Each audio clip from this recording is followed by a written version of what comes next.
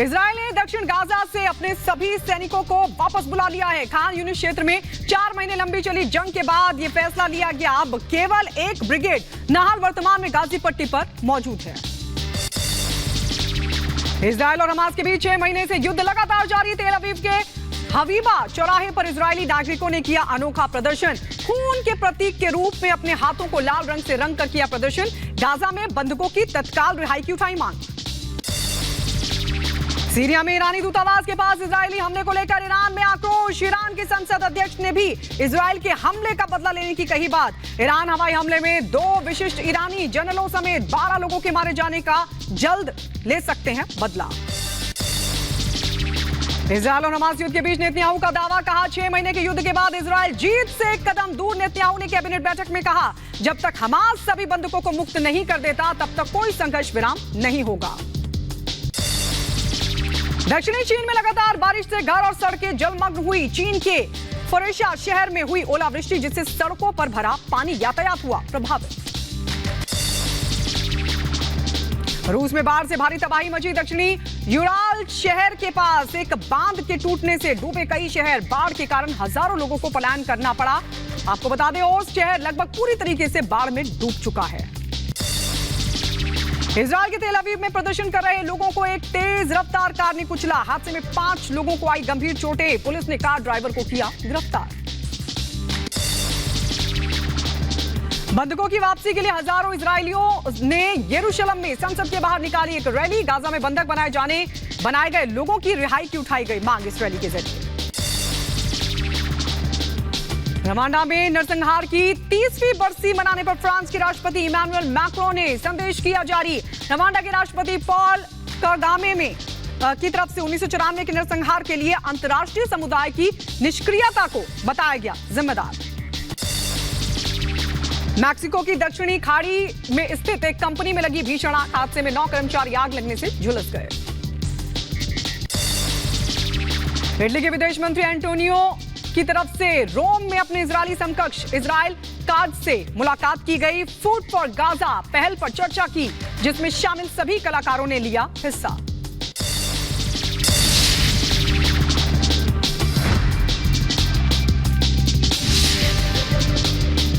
अभी हमारे यहाँ एक NH पास किया, 4 लेन पास किया है। उस पर ब्रिज बन रहा है, रोडें चौड़ी हो रही है। और सर्वे के हिसाब से औद्योगिक रूप से जो यंत्र जो हम लोग का बंद पड़ा था आधुनिक उपकरण के साथ, उसका भी सर्वे कराया गया है। कहीं न कहीं दूरदृष्टि हमारे सरकार में दिख रही है और आने वाले दिनों में हमारे जनता को, समस्तीपुर की जनता को लाभ मिलेगा। मौजूदा समय में क्या परिस्थिति देख रहे हैं? लोकसभा चुनाव करीब है। श्यामाभाई चौधरी एनडीए की तरफ से या कांग्रेस की तरफ से अनाउंस नहीं है कोई? अभी श्यामाभाई चौधरी जी, हमको लगता है कि सबसे भारत में कम उम्र की सांसद निर्वाचित होकर समस्तीपुर से दिल्ली जाएंगी और 4 लाख से ऊपर से बहुमत से श्यामाभाई चौधरी का जीत सुनिश्चित है। और खासकर समस्तीपुर सुरक्षित सीट में पहली बार कोई महिला उम्मीदवार आई। इससे आधी आबादी महिला में काफी हर्ष है और मुझे उम्मीद है कि नए इबारत लिखने के लिए समस्तीपुर तैयार है। कह रहे हैं पहली महिला उम्मीदवार है। समस्याएं खत्म हो गई क्या समस्तीपुर में?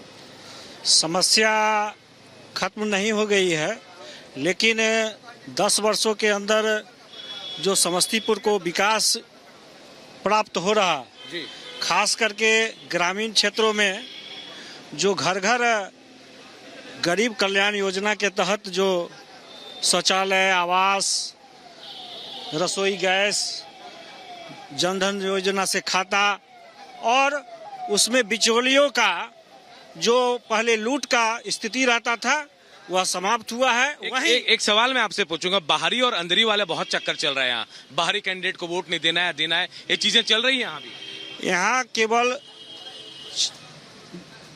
अंदर बाहर कुछ नहीं चल रही है। ये एक शिगुफा है विरोधियों का। और जिस तरह से पूरे देश में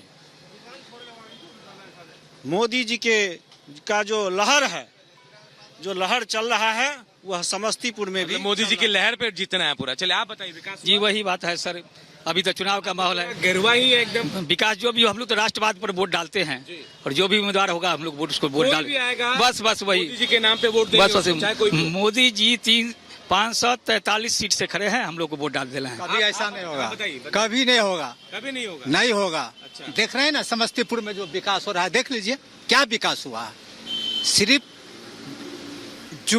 जुमला से विकास नहीं होता है। सिर्फ जुमला पढ़ने से अगर देश का विकास हो जाएगा तो ऐसा नहीं होता है। उद्योग धंधों की बात करें तो समस्तीपुर में गन्ना एक भी नहीं है कहीं, को छोड़कर जूट उद्योग वो भी बंद हो जाता है बीच में। उससे सारा ध्वस्त हो गया, जमी जोत हो गया। यहाँ जो था जमी जोत हो गया। एक भी उद्योग धंधा यहाँ नहीं। आप इत्तेफाक रख रहे हैं, कह रहे हैं विकास नहीं हुआ। नहीं, यहाँ समस्तीपुर में बहुत सारा विकास हुआ। वो डबल इंजन की जो सरकार दिख रही है बिहार में, माननीय मुख्यमंत्री और देश के प्रधानमंत्री के दोनों स्वरूप में बहुत सारा विकास हुआ। रोड, नाली, गली और शौचालय जो मूल रूप से जो जनता के लिए चाहिए वो सारी चीज यहाँ की सरकार दे रही है। गवर्नमेंट तो नहीं बना। मैं आज रेलवे स्टेशन गया था, इतनी भीड़, मैं खुद नहीं निकल पाया वहाँ से। हाँ, कहीं कहीं पे है कि वो काम नहीं हुआ, लेकिन वो काम आने वाला समय में होगा काम। जी, हम लोग। आप बिल्कुल युवा स्कूल जाते हैं आप? यस, हम क्या जाते हैं। स्कूल की व्यवस्था है? स्कूल की व्यवस्था बेहतर है, पहले से बहुत ज्यादा बेहतर है। पहले उतना बेहतर नहीं था, अभी एजुकेशन इतना बेहतर हो गया। सारे टीचर आके अच्छे से बच्चे पे ध्यान दे रहे हैं और ये बहुत अच्छा चीज है जो मोदी जी करा रहे हैं और ये बहुत अच्छी चीज। आप बताइए, आपको क्या लग रहा है समस्तीपुर कहाँ है? एक तो आप ग्राउंड जीरो पर आए और सबसे पहला समस्तीपुर में ग्राउंड जीरो पर आप उतरे हैं, आपके चैनल को धन्यवाद। और ये समस्तीपुर का बहुत बड़ा सवाल है। दल सिंह सराय में रोड खोद करके छोड़ दिया गया, आज तक एनएच किनारे ओवरब्रिज नहीं बना, मुसरी घरारी में नहीं बना, ताजपुर में नहीं बना। कहा गया था कि यहाँ बगल में जहाँ पर आप खड़े हैं 4 फलांग की दूरी पर चीनी मिल है, प्राइवेट सेक्टर को देने के बाद भी चालू नहीं हुआ, पेपर मिल चालू नहीं हुआ। महंगाई की स्थिति देख रहे हैं, कहा गया था 2 करोड़ नौजवानों को नौकरी मिलेगी, लेकिन वो 2 करोड़ नौजवानों को नौकरी नहीं मिली। सबसे इम्पोर्टेंट है, इसको फोकस कीजिए कि समस्तीपुर में रोड जर्जर है, पुल नहीं है, लेकिन यहाँ जो भाजपा के एनडीए से सांसद थे प्रिंस पासवान, उनका फंड लौट करके चला गया। प्रिंस को देखा आप लोगों ने जीतने के बाद? नहीं, एक बार भी कोई नहीं, हम नहीं, सैकड़ों लोग उपस्थित है, कोई नहीं देखा। ठीक इसी तरह से उजियारपुर के सांसद नित्या बाबू का भी फंड लौट करके चला गया, लेकिन सड़क, पुल, पुलिया, नाला का यहाँ काम नहीं हुआ। यहाँ एक काम होना है, इसीलिए जो बाहर वाले जीत के जाते हैं बाहर रुक जाते हैं, लोकल लोग यहाँ आते हैं। इसीलिए समस्तीपुर ने मूड बना लिया है कि अब बाहरी से हम परेशान हैं, स्थानीय लोगों को जिताएंगे ताकि स्थानीय लोग बगल में रहेंगे, उनको हम समस्या बोलेंगे, समाधान होगा। भाई साहब, आप थोड़ा आगे आइए, आप बताइए क्या कह रहा है समस्तीपुर का मूड, क्या लग रहा है इस बार? देखिए, अभी तक जितने भी सांसद बने हैं एक बार भी हम लोग उनका चेहरा नहीं देखे हैं, कभी नहीं देखे हैं। लोजपा से जितने भी सांसद बने अभी तक नहीं देखे, लेकिन अभी ये जो संभावी चौधरी हैं, इनसे हम लोग को बहुत उम्मीद है। और ये मतलब पढ़े लिखे और कम उम्र की महिला, इनसे हम लोग को अपेक्षा है, काम करेंगी, इसलिए हम लोग कोशिश करेंगे। भाई साहब, आप भी बताएंगे क्या लग रहा है इस बार समस्तीपुर विकास की ओर जा रहा है या नहीं जा रहा है? बिल्कुल, अब की बार 400 पार समझ लीजिए, जो पूरा भगवामय और पूरा मोदी लहर ही है। मोदी की गारंटी पे सवाल है। समस्तीपुर की जनता नरेंद्र मोदी के साथ है, देश के साथ है और देश ने मन बना लिया है कि नरेंद्र मोदी को तीसरी बार पीएम बनाना है। और जो सांसद के उम्मीदवार हैं, हमारे देश के सबसे कम उम्र की महिला उम्मीदवार है, उससे समस्तीपुर को भी उम्मीद जगी है कि समस्तीपुर में जो अब तक विकास का काम नहीं हुआ था वो अब इसके माध्यम से होगा। महिला शक्ति भी, इससे पहले भी एनडीए के सांसद थे, आरओबी नहीं बना आपके यहाँ। जो आप हसनपुर के आसपास जो गन्ना मिल है वो, या फिर दूसरे जूट मिल है, उनकी स्थिति भी आप देख रहे हैं, जूट मिल तो बंद भी हो जाता है। जूट मिल बंद हो जाती है। जूट मिल के लिए हमें जहाँ तक जानकारी है अभी बातचीत चल रही है, बहुत जल्द उसको दूसरे रूप में परिवर्तन करने की योजना पे काम चल रही है।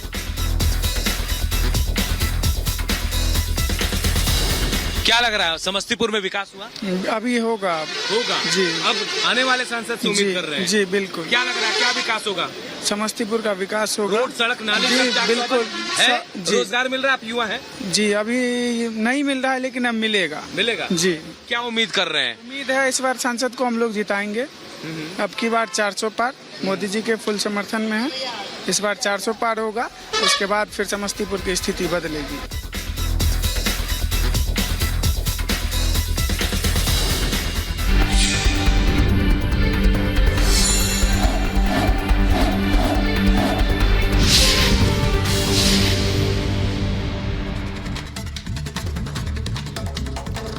और इस वक्त की बड़ी खबर आपको बता दें, बड़ी खबर यह है कि प्रधानमंत्री नरेंद्र मोदी आज छत्तीसगढ़ में चुनाव प्रचार करेंगे और साथ ही महाराष्ट्र में भी चुनावी रैली को संबोधित करने वाले हैं। जहां बस्तर में दोपहर 1:30 बजे रैली करेंगे तो वहीं चंद्रपुर में भी प्रधानमंत्री नरेंद्र मोदी रैली को संबोधित करेंगे। मेरठ से प्रचंड चुनावी प्रचार की शुरुआत करने के बाद प्रधानमंत्री नरेंद्र मोदी लगातार रैलियों को संबोधित कर रहे हैं। जहां मध्य प्रदेश के जबलपुर में रैली को संबोधित किया, नवादा कल पहुंचे, जलपाईगुड़ी पश्चिम बंगाल के वहां पर भी रैली को संबोधित किया। तो आज महाराष्ट्र और छत्तीसगढ़ के दौरे पर प्रधानमंत्री नरेंद्र मोदी रहने वाले हैं। आपको बता दें, बस्तर में प्रधानमंत्री नरेंद्र मोदी एनडीए उम्मीदवारों के लिए प्रचार करेंगे।